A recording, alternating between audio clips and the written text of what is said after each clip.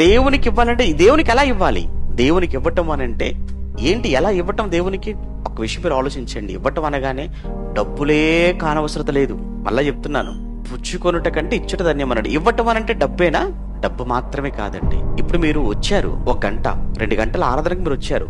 1 గంట 2 గంటలు మీ సమయం, అది మీ టైమే. అది కానీ మీ సమయం మీరు ఆరాధన కొరకు మీరు ఇచ్చారు అంటే సమయాన్ని దేవుని కొరకు ఇవ్వటం కాదు. ఇప్పుడు ఇది అంటే మీకున్న పను విడిచిపెట్టి మీరు ఇంటి దగ్గర ఉండే అవకాశం ఉన్నా కానీ మీరు ఇంటి దగ్గర ఉండకుండా, పనికి వెళ్ళే అవకాశం ఉన్న పని మానుకొని, డ్యూటీకి వెళ్ళే అవకాశం ఉన్న డ్యూటీ మానుకొని మీరు వచ్చారు అని అంటే ఈ గంట, ఈ 2 గంటలు, ఈ సమయాన్ని కూడా మీరు ఎవరికి ఇచ్చారు? దేవునికి ఇచ్చారు. ఇవ్వడము అనగానే కేవలము డబ్బు అటువైపే కాదు, మీరు సమయాన్నైనా మీరు దేవుని కోసం ఇచ్చిన అది కూడా ఇవ్వటమే.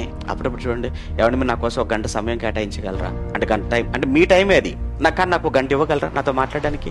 అంటే నా టైంలో 1 గంట నేను వాళ్ళ కోసం ఇస్తున్నాను. మరి అది ఇవ్వటం కాదా? సమయం ఎంత విలువైంది? సమయం ఎంత విలువైందండి. దేన్నైనా కానీ మనం పోగొట్టుకుంటూ సంపాదించుకోవచ్చు కదా, బంగారం అయినా డబ్బునైనా కానీ. సమయం లేదు. సమయాన్ని ఇస్తున్నాం, ధనాన్ని ఇస్తున్నాం, ఆరోగ్యాన్ని ఇస్తున్నాం, ఎన్నో దేవుని కోసం పనంగా పెడుతున్నాం. అలా అని ఎన్ని పెట్టినా అవన్నీ దేవుడు మనకిచ్చినవే తప్ప మన సొంతదంటూ ఏముంది ఇందులో? ఏమీ లేదు.